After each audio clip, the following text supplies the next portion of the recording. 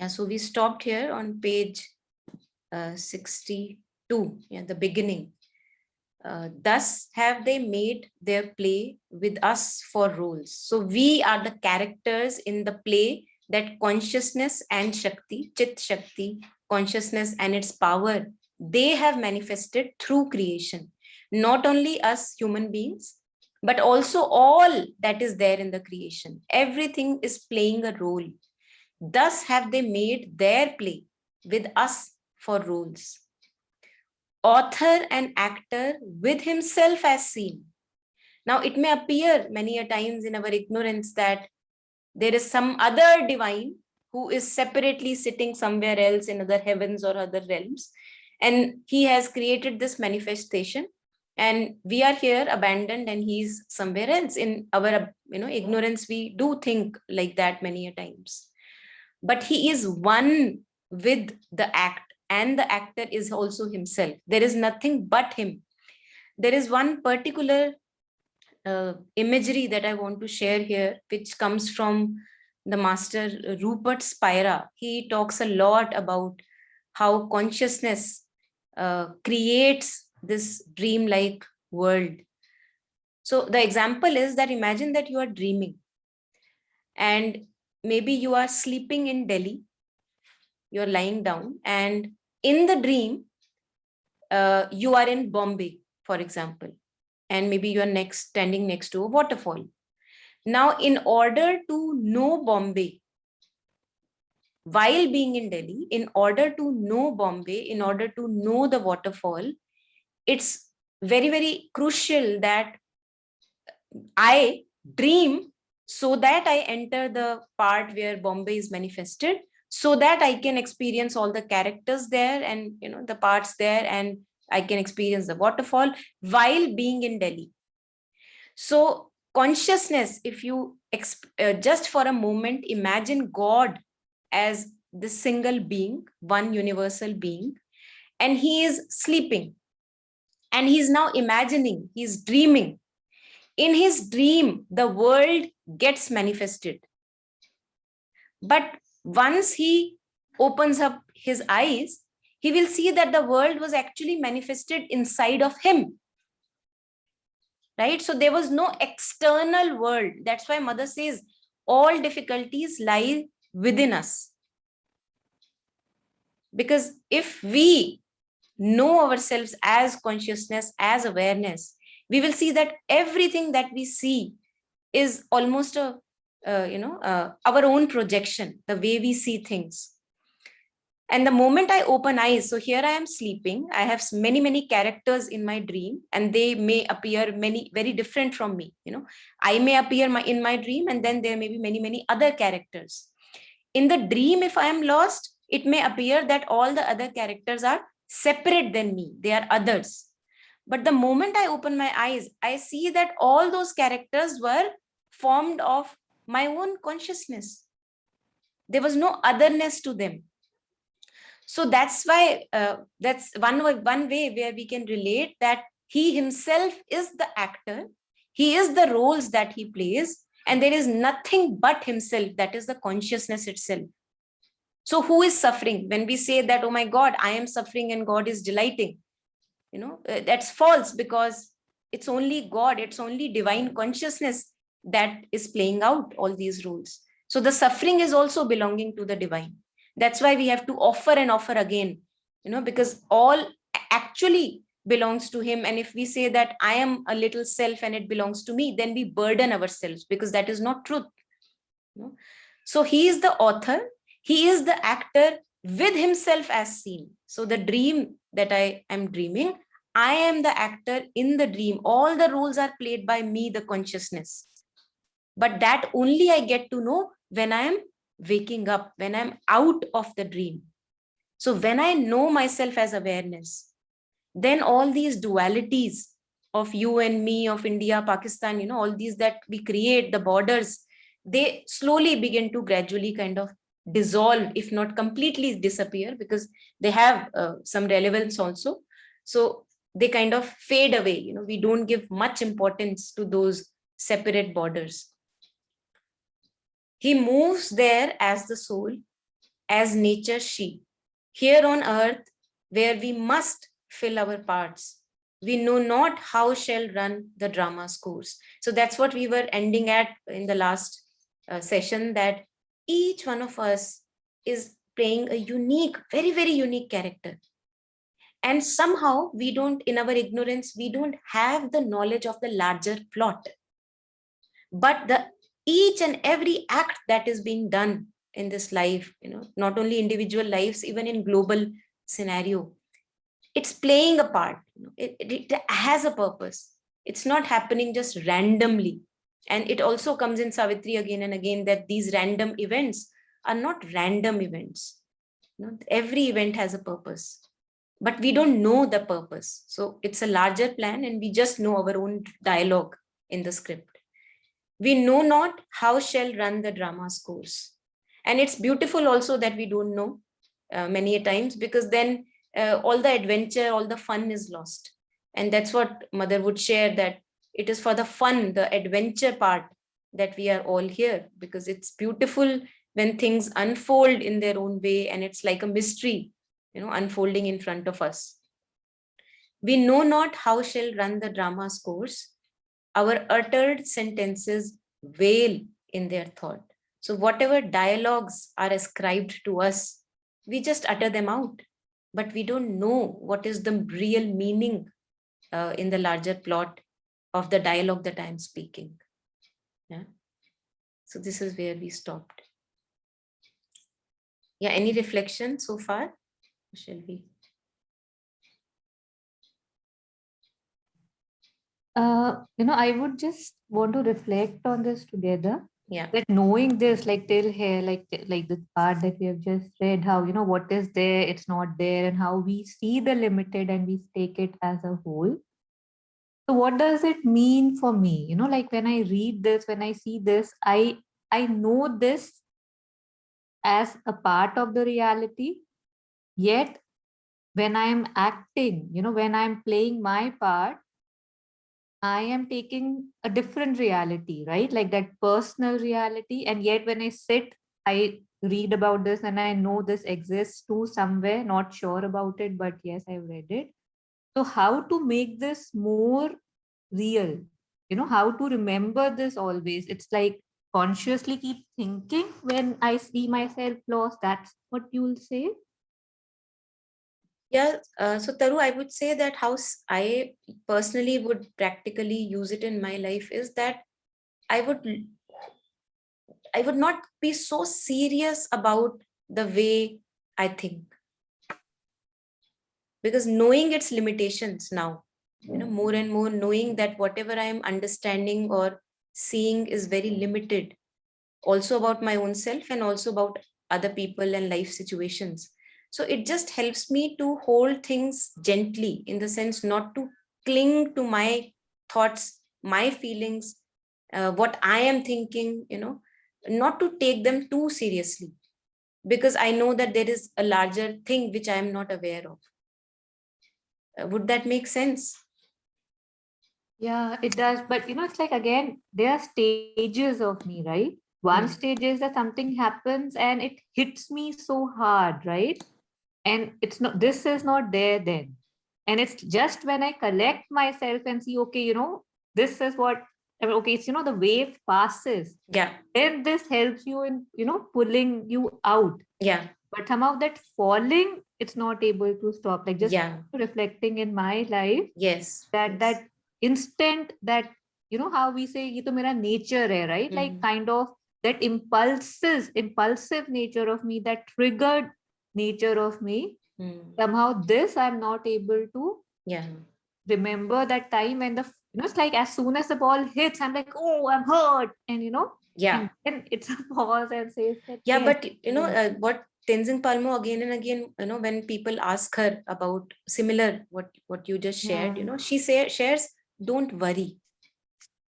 She shares that we forget, and we all just have to keep on the path, keep at it, and we will see that the beings that we are today, we have evolved in our own little ways, through past years.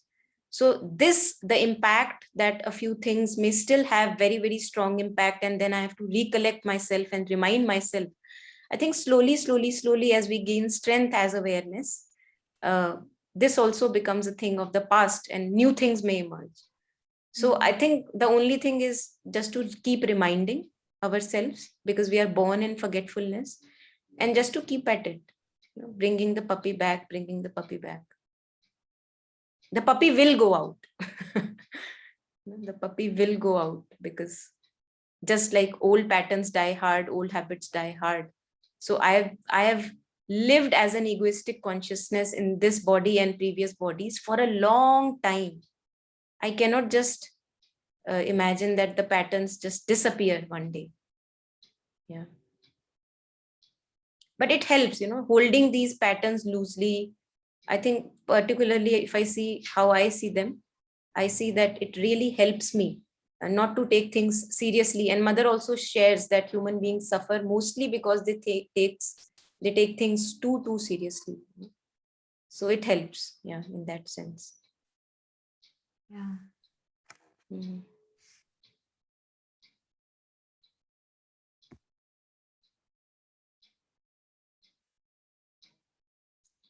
So I wanted to show you actually a picture here.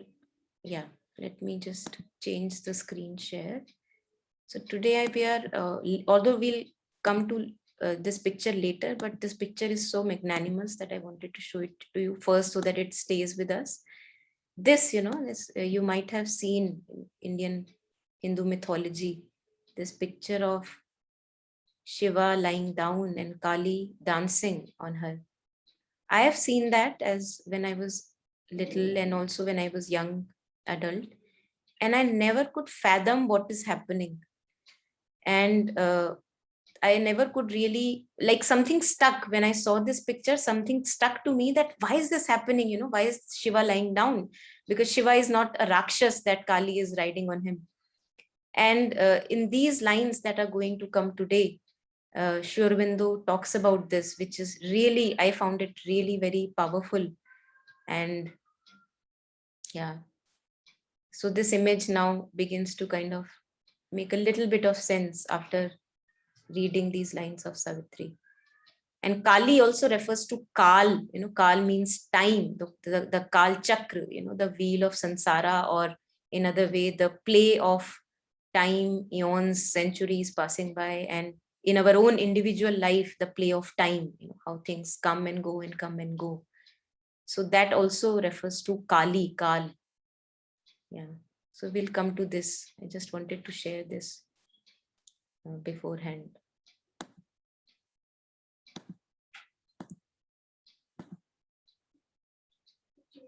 So let us continue. Very, very powerful lines today. From here, page 62, her mighty plan. From here, yeah. Anyone who feels ready? A mighty plan she holds back from our sight. She has concealed her glory and her bliss, and disguised the love and wisdom in her heart.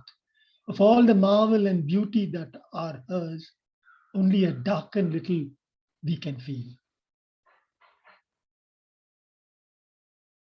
Yeah, thank you.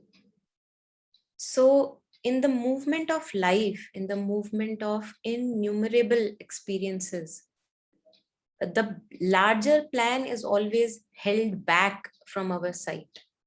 Although we try really hard, we try maybe astrology and showing our hands, or to palm readers and maybe tarot card readers. We try all that is there in our ignorant might, so that we know a little. We try to know by these external means. Okay, let me know what am I supposed to do, or is this good for me, is this bad for me? But her mighty plan, nature's mighty plan, the plan of Prakriti, movement in our life, individual and global, she holds back from our sight. So our limited conceptual, limited mind is not able to really fathom the larger picture. She has concealed her glory and her bliss. So although this divine mother, the divine mother is full of power, might, and radiance, individually in each one of us, and also externally, the whole manifestation, but she conceals. She does not come out in her glory, out open and forward, like in front of her, front of all of us in full radiance. She has concealed her glory and her bliss and disguised the love and wisdom in her heart. So even the movement of Prakriti, our thoughts, feelings, sense perceptions, they have a lot of potential of radiance of the divine bliss. But it is all as if concealed so far in the present state of evolution. It's disguised, the love and wisdom is disguised in mighty mother's heart. Of all the marvel and beauty that are hers, only a darkened little we can feel. So whatever little beauty and wonder we feel in the movements of life is only that darkened little portion that she shows from time to time. It's not her full might. So, and anyway, even when we look at our own lives and we see that very little beauty, little grace here and there, even with that, we are so overwhelmed at times that, oh my God, what to do? So much of joy, how to contain this joy. So I think it's also for one, personally, I feel that it's a reason why the full might of the Divine Mother doesn't reveal itself in its full glory, because we are not ready to take it. Individually, personally also, we don't have enough strength to take it. And slowly, as we grow in strength, our movements, our feelings and thoughts and sensations, all of them are then slowly begin to radiate a different kind of a beauty. But it takes time, because we grow inner strength very, very slow. We're coming from a weakness, we are coming from a very fragile base, which is matter, ignorant matter.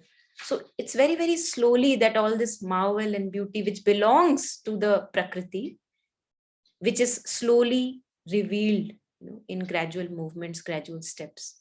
And whatever little we feel, it's that very darkened little, like it's a shadowy part that we feel. And even that leaves us with a lot of impressions.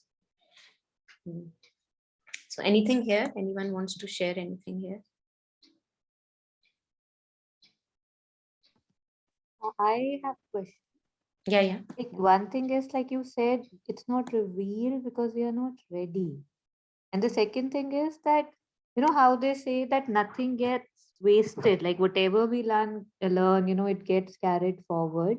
And yet in ordinary lives, we see that it takes around 35, 40 years to even realize that there is more, right? Like at least 30, 25, 30 years mostly, that there is more. I mean, you're just roaming around feeling weird, and even say for mother, right? Like she had certain things which made her realize. So why, I mean, the obscurity is because of the nature of what we are made, the inconscient, or it would also be that's how we again, I mean, this losing and finding again. According to you, this would be part of how it's planned, or it's just because of the inconscient that we lose it? Yeah. So it's, I believe, whatever I understand right now, I believe that it's because of that inconscient that, all beingness turned into nothingness, absolute black, pitch dark. And from that, we started evolving. So that's why, this amnesia, this forgetfulness of our true nature, it's so common to us. And that's why living with a soul out in front is not natural to us. Natural to us is forgetfulness, because actually ignorance. One reflection that I had today while I was reading the lines was that ignorance actually appears very dark, that, oh my God, we are ignorant. But if you see, ignorance is a step forward from the inconscient. So through inconscient, if I have to rise, ignorance, which is half light, our ignorant, limited mind, through that we carry ourselves forward towards light, greater light. So ignorance has its own purpose, just like ego has its own purpose. Because when we are bringing inconscient out to evolve to the divine consciousness, bringing out pitch darkness to light, then it takes a little while things take a brighter turn. And this is what Sri Aurobindo, I believe, in Savitri again and again describes about the toil, the struggle that the earth consciousness goes through in bringing everything out of the inconscient. And then mother says, effort gives you joy. So when I am bringing myself out of inconscience, little bit of effort, it gives me delight. And on the delight is the basis of existence, Satchidananda. Delight is the basis of this existence. And that's why mother would say that when we recognize a little inner movements, your ugliness, your weakness, and you work on it, you put effort, it gives you joy. So I feel exactly what you were sharing, that I feel that it's because of the inconscient that this obscurity is there, and that is our path, because that's how the creation has been made somehow. Yeah.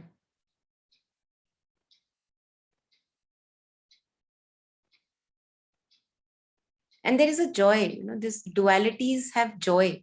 For example, if I am, you used to maybe remember that when in earlier times light would go away, suddenly everything would become dark. So for a moment it's discomforting, you are in dark for a long time, and then the generators were not there, the electricity would appear after maybe many hours, and suddenly the light is there, you feel so joyous, although the same light was there before also. But this losing it and then gaining it again, the play of duality, I think it has its own delight. Yeah. Yeah, anyone, anything to add on?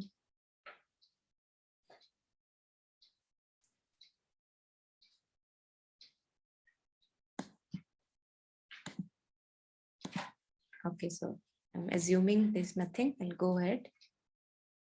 So let us read now these lines in yellow, whoever is ready. He too wears a diminished Godhead here. He has forsaken his omnipotence. His calm he has foregone and infinity. He knows her only. He has forgotten himself. To her he abandons all to make her great. Yeah. So why do we see only a darkened little? Why don't we see all the light? And that is very, very much dependent on how we see things. We see and understand things through our senses. Maine kya suna, maine kya pada. So we are absolutely, as if it feels that we are dependent on the senses for understanding. Then comes the limited conceptual mind, which is thoroughly conditioned. And with that, I try to make sense of things. Now, I was also sharing in the last, I think maybe last to last session, that imagine that somebody dies. Now, the way my mind would see is that, oh my God, something bad happened. And that's only because of my conditioning. Now, if we look at the larger picture, because for my little ego, my little self, that person who maybe died, was maybe something important for me. So something bad happened.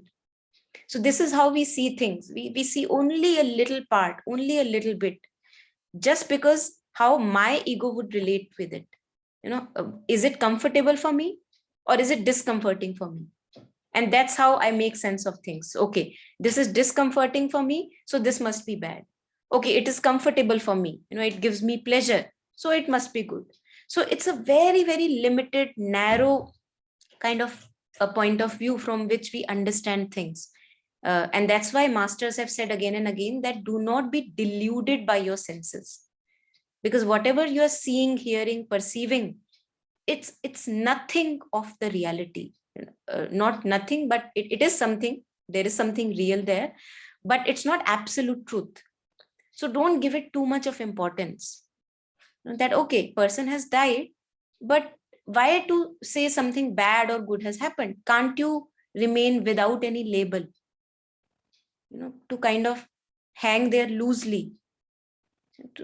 And that's why mother would say that to become not to become with someone with not having much likings and preferences. And she says that it is absolutely essential on this path, integral yoga, to become rid of likings and preferences as you grow forward, because we don't know what is required for the growth of consciousness. And that's how we perceive so little. Only what the ego feels comfortable with, that becomes good, and whatever is discomforting, that becomes bad. So this is how we categorize things. And then coming on to what Chitraji just read, he too wears a diminished Godhead here. So the consciousness, the soul consciousness, the Purusha within us and without of us, outside, within, wherever, all, everywhere, he too wears a diminished Godhead here. So the soul consciousness does not really play it forward, like it does not play a dominant role that, hey, I am the hero, and the movements of Prakriti are the servant. He too wears a diminished Godhead here, like a very subtle role, not very loud role. He has forsaken his omnipotence. He has given up for the time being, because the play of Prakriti has to roll out itself.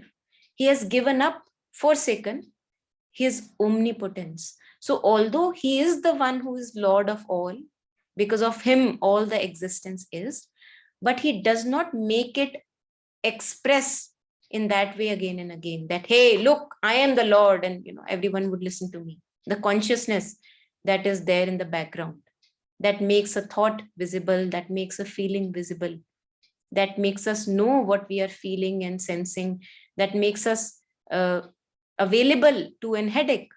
How do I know a headache is there? Because I know. So the knowing is there, but the knowing is in the background. It does not make it very obvious. What is obvious is the headache. Oh my God, headache, headache, headache. So the headache, the manifestation of Prakriti, is very out loud. Very out loud. It's out in front. Why? Because the Shiva consciousness, the soul consciousness, the awareness that we are, it takes a backseat. It says, okay, you roll out the game. I've given you the power. So he has forsaken his omnipotence. His calm he has foregone, and infinity. So his infiniteness and his calm, he has given away to the headache, for example, in this example. Now, as awareness, I am without any aches and death, and I'm immortal.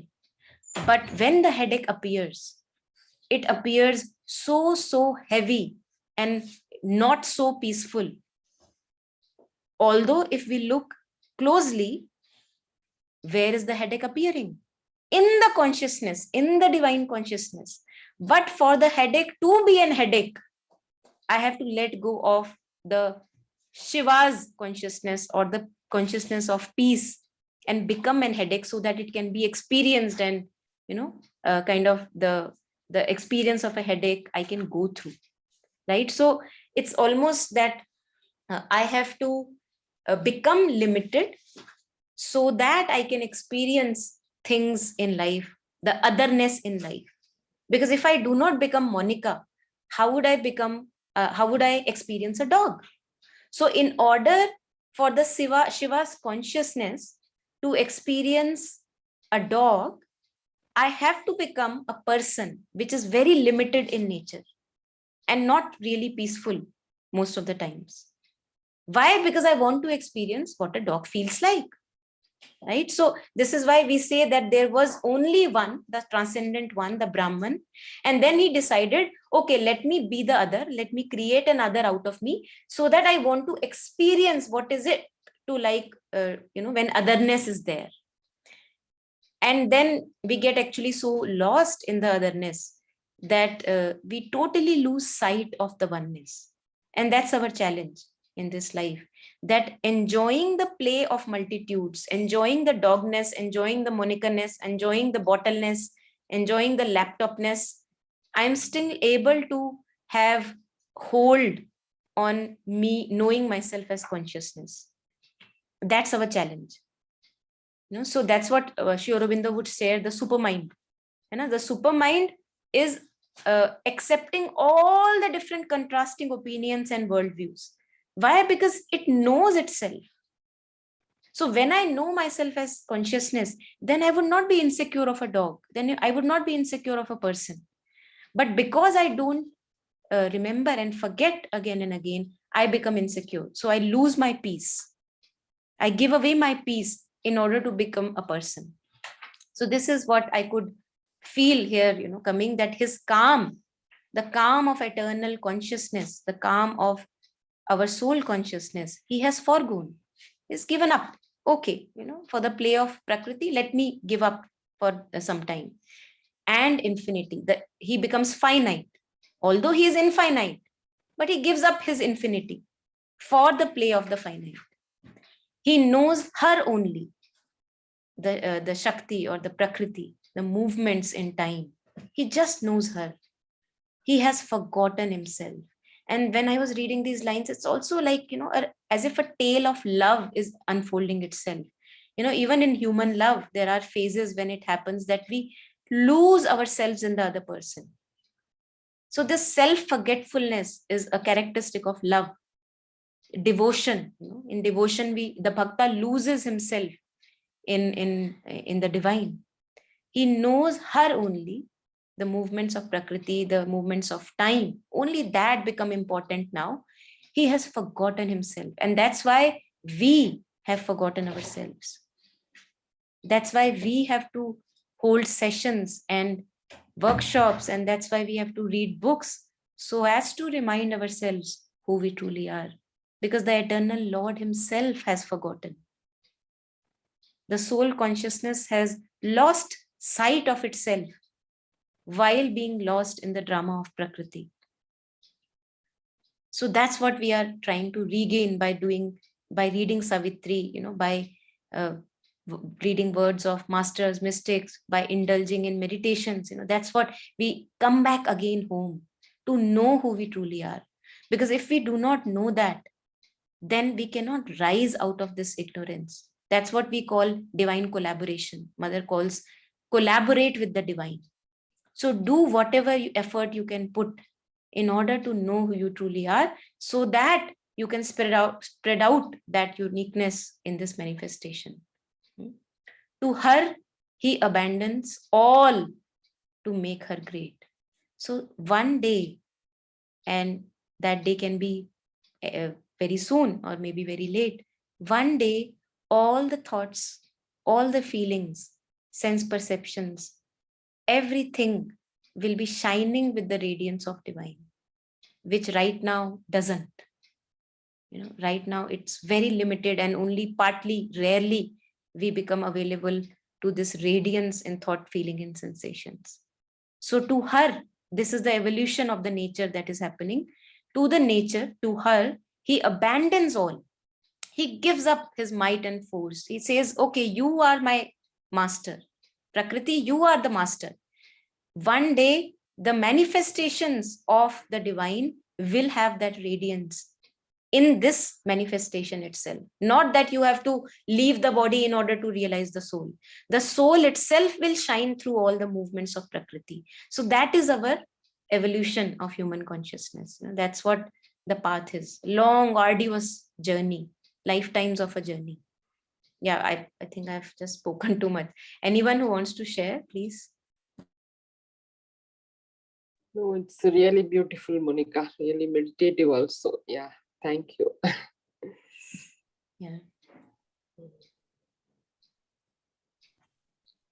These lines, what you just read, they also answer what I was basically asking for in the beginning, that how do we lose it, right? Like not exactly how, but the intensity and stuff, like, we know stuff and still it overtakes. So that really explained everything, that how we kind of give it up, right? Or pick up the personal thing or give up whatever we can keep holding on to. Yeah. Because what we are getting in that moment of reacting or something, there is some attraction to it still left. There is Yeah. something in me that still wants to experience that horror or that thriller or whatever, that accusations. Yeah.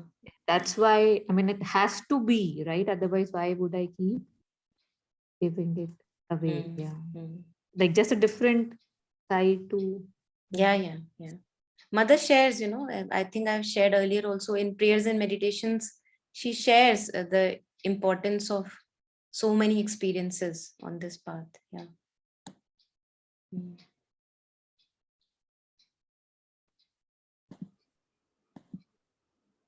And that's why, Kabir, this famous couplet by Kabir also, I get reminded of it again and again. She shares, "Daudat daudat daudiya, jahan lagi man ki daud, daud thake man sthir bhaya." So he does not say the man sthir bhaya, the mind is still, in the first line.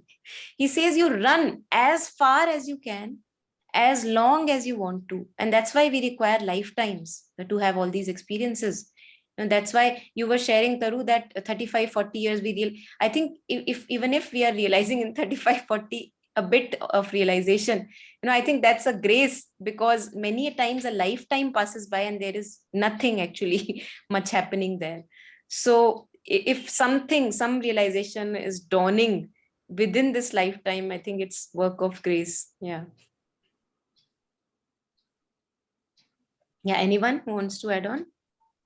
He hopes Yeah. in her to find himself anew, incarnate, wedding his infinity's peace, to her creative passion's ecstasy.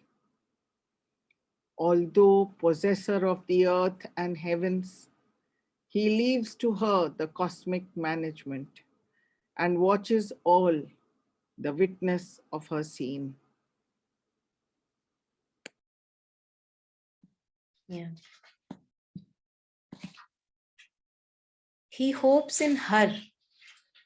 Her is, again, I reiterating for myself also, our movements in time.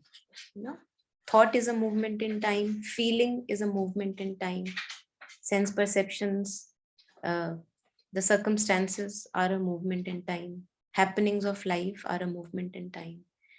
So anything that is a movement in time is Prakriti. Thought is Prakriti, feeling is Prakriti, our patterns are in our Prakriti. He hopes, the consciousness, the divine consciousness, the soul consciousness, hopes in her to find himself anew. So as in the previous lines we were sharing that although the movement, the patterns, the thoughts, the emotions, they appear very repetitive in nature. There is a mechanical kind of a repetition to them. But it's not without a purpose. This blindness, which appears to be blindness, it's actually not without a purpose. Shakti is also conscious. So movement is also a conscious movement. But although when we look at it, it appears a blind movement. So the soul consciousness hopes that through evolution, one day, even in the manifestations of Prakriti, the soul will shine forward radiant. Yeah, so the soul is already radiant. We all know that. The soul is our enlightened nature. Each one of us, even if it's a criminal, terrorist, each one of us has an enlightened nature. We all know that. But it's masked. It's masked by the personality. Now, can the personality itself become radiant? Then that would be he, hoping it's himself to find himself anew. Now look, the movements itself have become radiant. So there is the hope. There is the evolution headed. He hopes in her to find himself anew. That's what we call the psychic being. And psychic being Each soul has to progress through many, many lifetimes in order to develop a psychic being. And psychic being develops through innumerable amount of experiences that we go through lifetimes. Slowly that ripening, that maturity, it becomes a part of your personality. That's the true radiant personality. Who you truly are shines out through the personality also. The personality is not masking the soul consciousness. So he hopes in her to find himself anew, incarnate in the body, while in the body, not while in the heavenly realms. There everything can be radiant, but while in the mortal realm, the radiant is shining out. Incarnate, wedding his infinity's peace to her creative passion's ecstasy. So the creative, this movement of flow of life, flow of expression of life, expression of personality, to that creative ecstasy, he is wedding.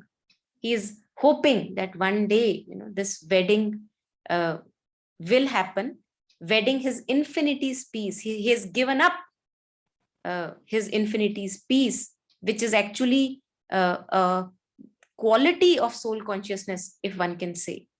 Peace, true contentment is our true nature. But we mostly are not content. Why? Because the Prakriti is still toiling to find that contentment in herself. So that's where the collaboration is needed.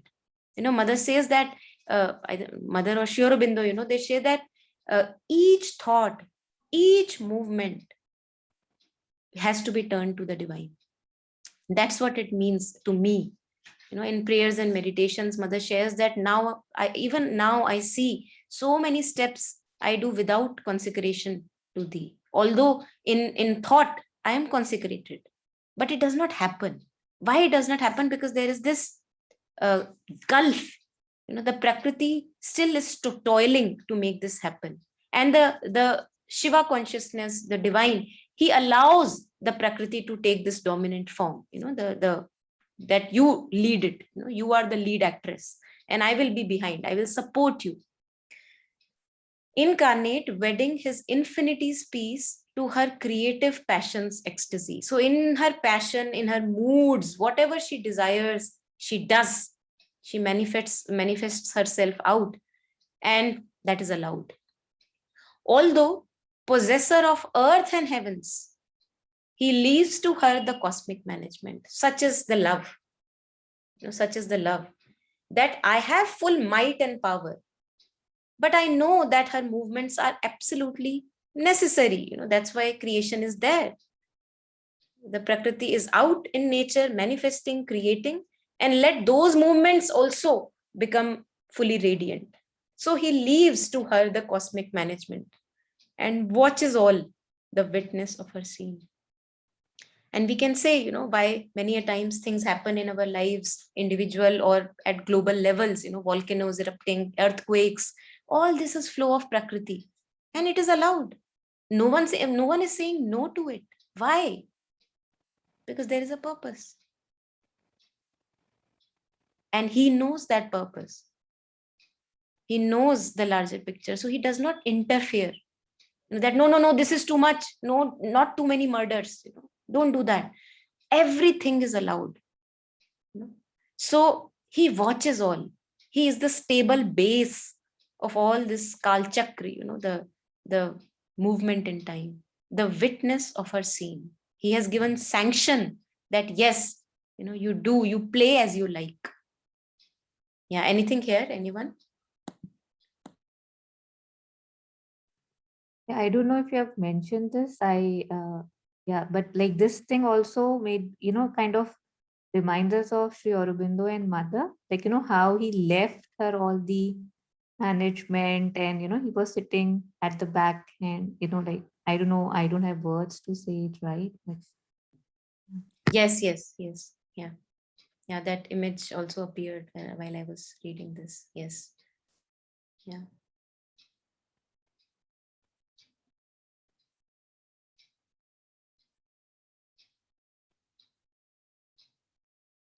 And this I think Mother was doing some experiments on sadhaks, giving them powers and giving them the consciousness of the gods with very, very close sadhaks, disciples. And I think, if I'm not wrong, I either heard it from somebody or maybe read it somewhere that when mother shared, mother was doing all these experiments that, okay, this is what is happening. And when she shared this with Sri Aurobindo, then he actually said that, no, don't go further in that, because we are not here to do that. And then she immediately kind of, abandoned whatever she was experimenting with. So many, many things that we are not even aware of, very intimate, personal things between mother and sadhaks and things that she was experimenting with. Yeah.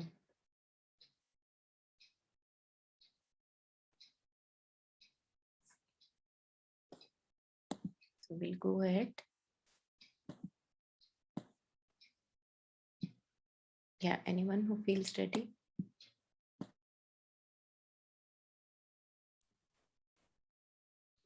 Super, sorry, go ahead, please. You please read it. A supernumerary on her stage. He speaks no words or hides behind the wings. He takes birth in her world, waits on her will, divines her enigmatic gestures sense. The fluctuating chance turns off her mood, works out her meanings she seems not to know. Yeah, thank you. So the previous lines we read, the ones in blue, there's another way in which one can look at it, just sharing a bit on that. So when I'm lost in a thought, when I'm lost in a feeling, in emotion, maybe in my drama, in my story, or maybe a sensation in the body, I'm completely lost there. So that focus, that obsessive focus on the movement itself, the thought, feeling, or sensation, awareness says yes to that. The awareness has already allowed that in manifestation. It says, yes, okay, feel that. Yes, okay, you're feeling that. Okay, yes, feel that. So awareness never says no to anything. So here it was, here he leaves to her the cosmic management and watches all the witness of her scene. So we can undergo anything, we can create our own hells, our own heavens, and awareness says yes to everything that we are creating. And in that, it also allows that we forget that we are awareness. So the forgetfulness is also allowed. It's a part of the drama. And that's where so-called free will exists. That whenever I'm ready, what Kabir was sharing, daudat daudiya, jahan lagi man ki daud thake man sthir bhaya. So whenever I'm ready to shift my focus from the thoughts, feelings, sensations to knowing myself as awareness, then I can change the game. So it's a free will based surrender. That's what Sri Aurobindo mother shares, again and again, that this surrender you can take back anytime. Anytime it's your wish, you become lost in the drama. Nobody says no to that. Why? Because maybe that's your need. Maybe that's the part of your journey. You go ahead, strive, drain yourself again, go through the innumerable experiences again. And then whenever you are ready, not in this lifetime, maybe in next one, because in eternity there is enough time, right? And then you come back. So that's the freedom of this play, and that there is so much freedom in this play. And that's why whenever we talk of love, which is synonymous with this awareness that we are, which is synonymous with this consciousness that we are, love. Whenever we talk of love, we actually talk of freedom. Because love gives you wings. Love is freedom. So I could also see this there, that the 24 hours a day, awareness is watching the movements of thoughts, feelings, sensations, and it is saying an eternal yes to everything. Okay, experience this, experience this, experience this, Nothing is, and that's why our suffering starts when we begin to resist things. Pain is there, but I resist the pain. Now, even if at the step of resistance, if I say yes to resistance, even their game can change. So either I say yes to pain. I usually don't say that. I want to run away from pain. So I resist pain. Now I am resisting also that I am resisting, so it's like a vicious loop of resisting that starts. But the freedom is so powerful that at any moment when I am ready, I can say, okay, I allow the resistance to be there, and the game shifts. So that's the beauty I could see, that in our day-to-day life, how I could use this, personally, that it's so much of freedom that is given to this play. Yeah. A supernumerary on her stage. So in the play of Prakriti, in the play of movements that we have been talking, consciousness allows itself to be a supernumerary. It's like in movies we have extras, like you have been given a role in extras. You have it's a big crowd and you just have to stand there. So consciousness takes up that role of a supernumerary extra, like in a football game we have an extra player. He comes only to the rescue if anything goes wrong, if we need an extra player. Otherwise it does not make himself appear like that out loud, that hey, I am also part of the team. So that's what the consciousness, the Shiva, he allows himself to act supernumerary. He does not take a dominant position. A supernumerary on her stage, he speaks no words or hides behind the wings. Now, if we look at it closely, it's because of him that the words are being spoken. But he himself is hidden. Just like if we go to a new room, space does not appear so loud. What appears loud is the furniture or the new lights or the new bright fans or the doors. That appears loud. So Prakriti appears loud because the soul consciousness allows itself to be hidden. He speaks no words. He is not dramatic. That's why the way we look at things, we catch the drama. So our eyes are always looking for some drama there. Mostly just caught in the drama. But he is not very obvious in the drama. Although he is the drama is based on him, but he is not very obvious in it. He speaks no words or hides behind the wings. Wings are these, the panels where on the stage, the extra actors are hiding when they're not playing the roles. He takes birth in her world, waits on her will. So just like how soul consciousness takes birth as a human being or as a living being, he hides himself in the mortal existence. He takes birth in her world, waits on her will. He's now a servant of the commandments of Prakriti, divines her enigmatic gestures sense.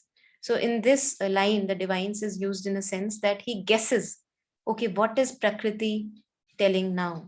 Okay, what is this movement of Prakriti meaning now? So he divines, he guesses her enigmatic gestures, the moods that she brings out. The fluctuating chance turns of her mood works out her meanings she seems not to know.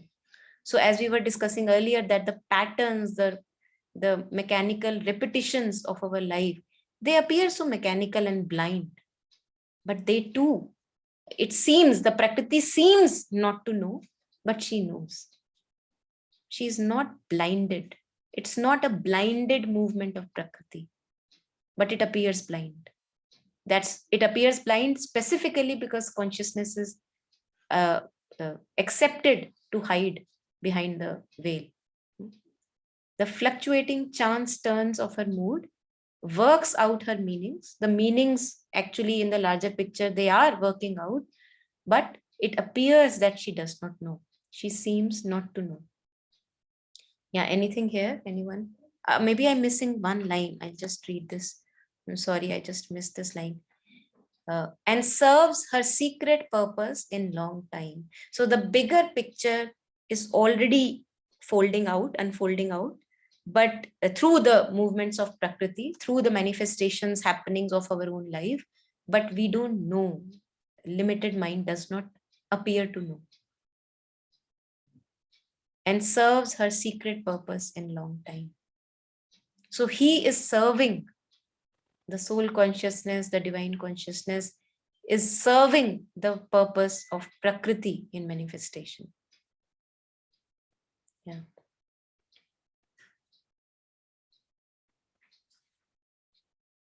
Anything here? Anyone?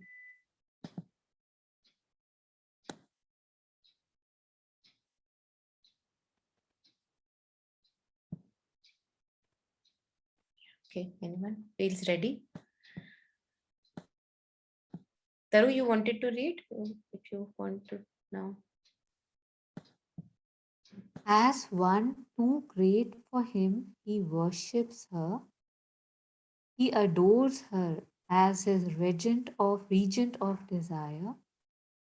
He yields to her as the mover of his will. He burns the incense of his nights and days, offering his life a splendor of sacrifice.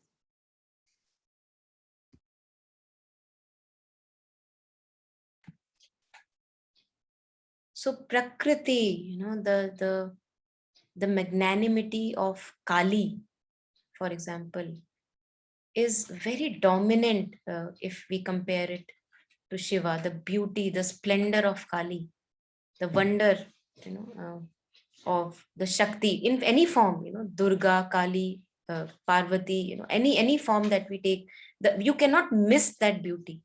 We cannot, our eyes get stuck to that beauty. So as one too great for him, he worships her. He adores her as his regent of desire. So regent of desire, that he allows her to decide that, okay, this is what you will be desiring today. And he says, okay, this is what I will desire today. The mother says that to the child that, okay, you will have, fruits today. And the mother says, yes, okay, I will have fruits today. The child says, yes, he agrees that, okay, I will desire fruits today. So that's just a random example that I gave. Just take it with a pinch of salt. He adores her as his regent of desire. So he allows her to decide.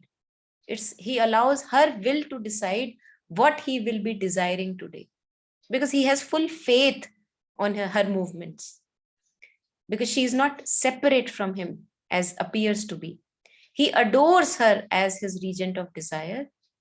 He yields to her as the mover of his will. He burns the incense of his nights and days, offering his life a splendor of sacrifice. So this is a beautiful, vivid image of sacrifice that is in front of us. Shiva sacrificing his power and might so that the dance of Kali can take place. He offers himself. He burns the incense of his nights and days. So in order for our thoughts, feelings, and sensations to go through the evolution and take a turn towards light, the awareness hides itself behind all these movements. And it's a beauty, because even when awareness hides itself behind these movements for lifetimes, not even one lifetime, awareness can never lose the sense of might, power, and peace. And that's where earlier we were reading in this canto only, that this treasure the divine keeps for us safe.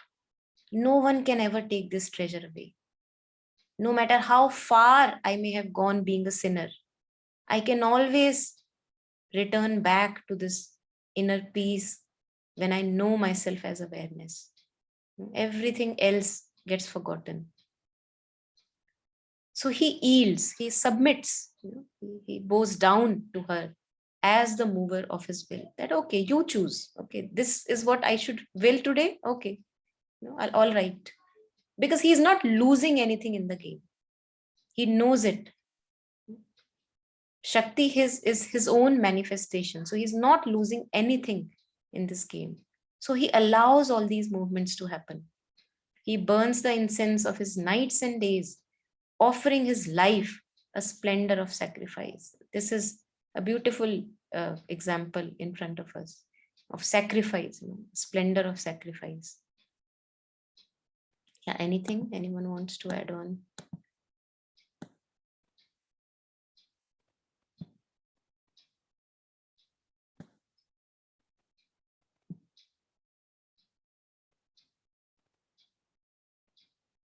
Yeah. Yeah, anyone who feels ready to read?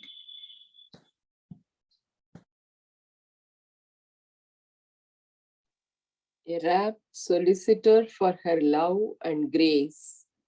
His bliss in her, to him is his whole world. He grows through her in all his being's powers. He reads by her God's hidden aim in things. Or a courtier in her countless retinue, content to be with her and feel her near. He makes the most of the little that she gives, and all she does drapes with his own delight. Yeah. So as if a love story is going on, there is this awareness, and then there is this thought or a feeling or a sensation. And these two are tied to each other. They are bonded to each other. Thought cannot exist without awareness. Have you ever had a thought which may be existing somewhere else and you're not aware of it? Every time whenever we have thought, how do I know that I have a thought? Because their knowing is there. So as if they are wedded together, they are glued together. It's a love story that is happening. They're so intimately in love with each other. Awareness and the movement in awareness. A rapt solicitor for her love and grace. He is, whenever we talk about rapture, as if we are magnetically drawn towards something. And he begs for her love and grace. He is a rapt solicitor for her love and grace. His bliss in her, to him, is his own whole world. Sri Aurobindo says that the universe is based on the idea of bliss, delight. So it's a delight. Usually it's not a delight for us when we have lost ourselves in thoughts and feelings. That's why suffering comes into picture, and all of us have to go through it. That's how somehow the evolution is at the moment, that first we go through this suffering of losing ourselves in the thought feelings so badly that we lose the sense of awareness. But when we know ourselves as awareness, when we gain our power as awareness, then the play of thoughts and feelings is actually a delight, because we are not losing ourselves in it right then, the moment we get hold of our kingdom. So his bliss in her, in movements of Prakriti, to him is his whole world, because he wants to enjoy this movement. That's why the manifestation has come in the very first place, that to enjoy the movement of duality. If there was only one consciousness, the soul consciousness, and no movement, then what's the bliss? Like how to enjoy it in a dual form. So the very fact that the consciousness manifested out of itself, the Shakti part, the duality part, the Prakriti, the movement, that's what he rejoices in. His bliss in her, to him, is his whole world. He grows through her in all his being's powers. Now, this, when I was, how I connected with it, that's what I will share, and I would invite other reflections also. As Mother shares that psychic being grows through innumerable experiences and lifetimes in her stature and radiance. That's how many times we see people who may not be really kind of elderly aged. They may be very young, but they have some radiance and power about them. Why? Because the psychic being has been maturing through the previous lifetimes. So the soul consciousness, when it takes a form, we call it psychic being, grows through the movements of Prakriti. He grows through her. Her is the movements that we have been having through lifetimes of experiences. All these movements have given us something. They have given us this essence of the psychic being. They have made us this personality that we are today. He, the soul consciousness, grows through her in all his being's powers. So the play of Prakriti, the movements of Prakriti, is allowing the soul consciousness to take form, take a radiant, blissful form. He reads by her God's hidden aim in things. So he is able to read through her, through nature's movements, God's hidden aim in things. Or there is another poise that he shares here, or a courtier in her countless retinue. So imagine there is a queen, and that queen has countless number of people who are serving us. So he appears just as one courtier, nothing special about him. So, or a courtier in her countless retinue, content to be with her. So the courtier is very happy that I'm close to the queen, I'm in her palace. That's how he behaves. That's how the relationship is shown here, that he's very, very content that I am connected to Prakriti in some or the other way. Okay, I'm not in a very superior position, but I'm around her, I'm near to her, content to be with her and feel near her. He makes the most of the little that she gives. So whatever little experience that we gain through our lifetimes, the psychic being or the soul consciousness, it makes the use of that experience. That's how it grows in stature. So that's why Mother talks about right attitude. What is the right attitude? No matter what experience I'm going through in this lifetime, let me gain through it. Let me have the essence of that experience. Then there is no good or bad experience. Doesn't matter what challenge I may be facing. It may be the worst of things I may be facing.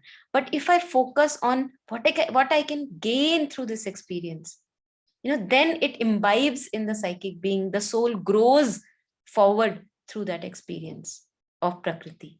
So he, the soul consciousness, he makes the most of the little that she gives.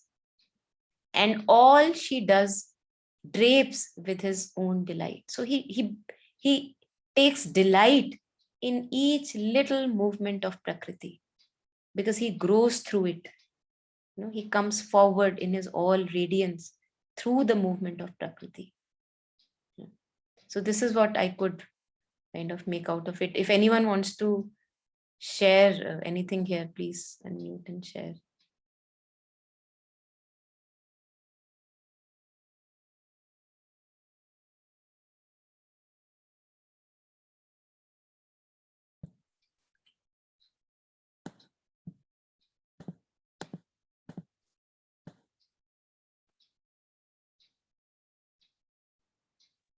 So let us, maybe we can do it at once also, this last, and then we can end.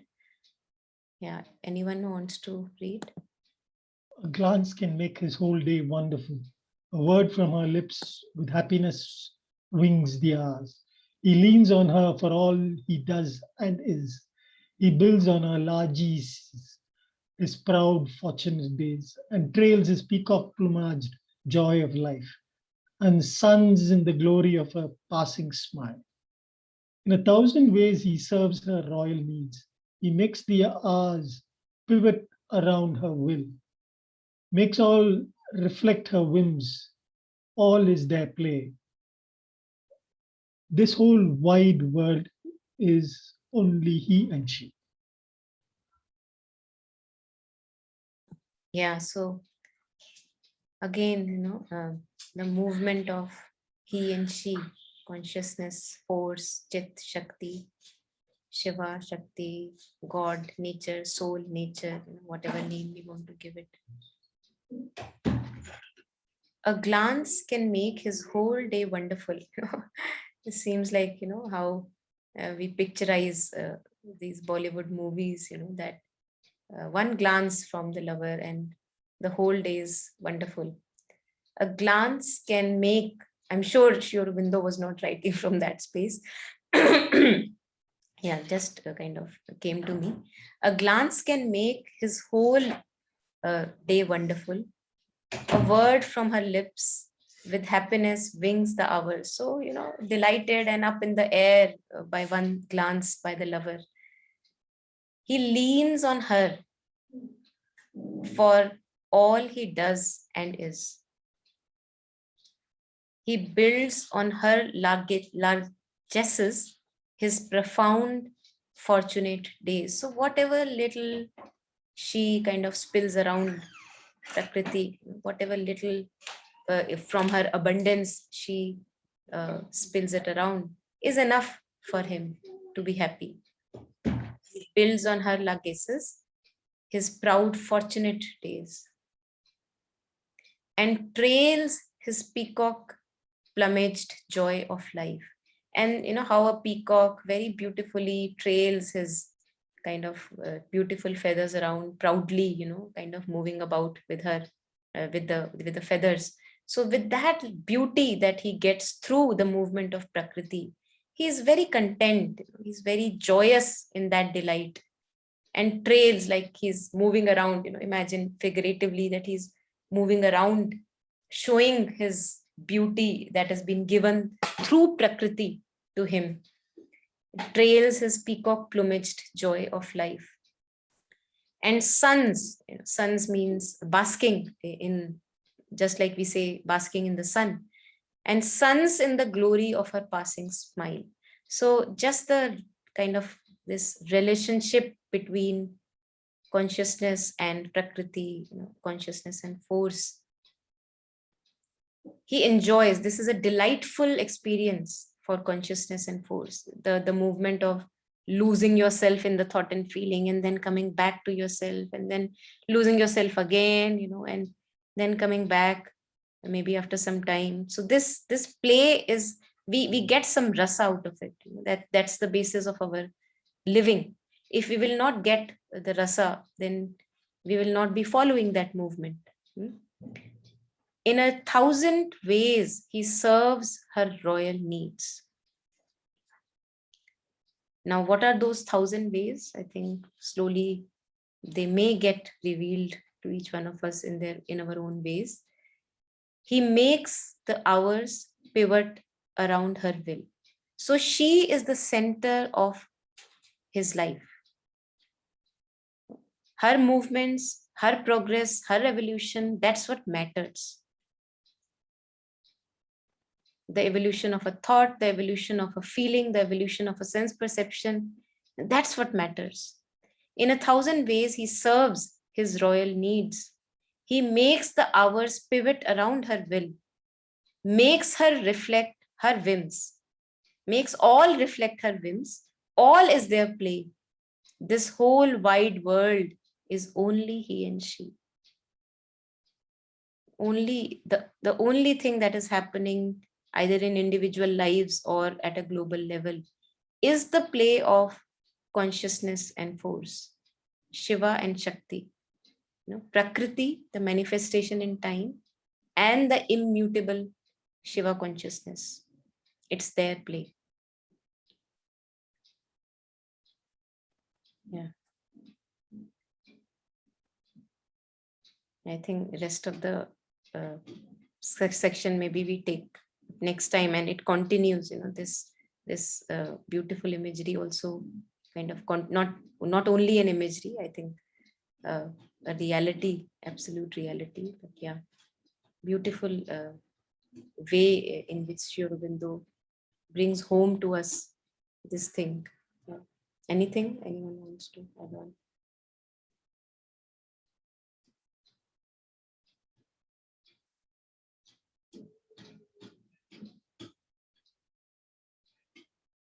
Okay. So shall we end it here then? Okay, for today, I think. Yeah, He literally transports you to another world. absolutely. Yeah. Okay. Start remembering your college days. Yeah, yeah. Yeah, Sri Aurobindo has got that humorous sense also. Monica, you said no. Yeah. He would bring those things also. Yes. Yes. Yeah. Yes, he has True, got that. true. Yeah. Yeah. Great. Yeah. Thank you so much, Thank everyone. you. Yeah. Yeah, Thank bye. Thank you. Thank you.